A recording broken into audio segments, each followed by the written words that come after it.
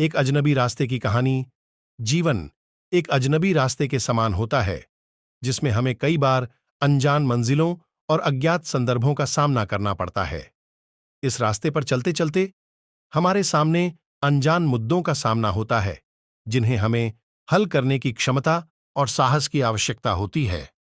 यह कहानी एक ऐसे ही अजनबी रास्ते के बारे में है, जो एक युवक को उसके सफलता की दिशा में नए और अनजान मंजिलों की ओर ले जाता है।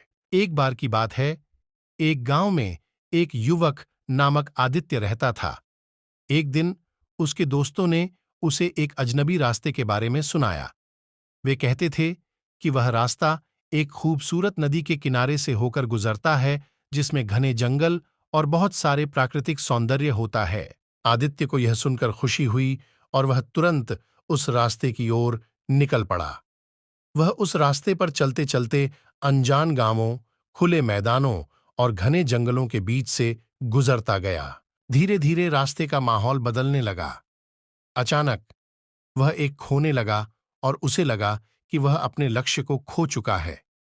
उसके चारों ओर सिर्फ अंधेरा था और वह अपने रास्ते के लिए कोई निशान नहीं देख पा रहा था। उसने माना कि वह गलत रास्ते पर चल रहा है और तुरंत उसे वापस जाने का निर्णय लिया।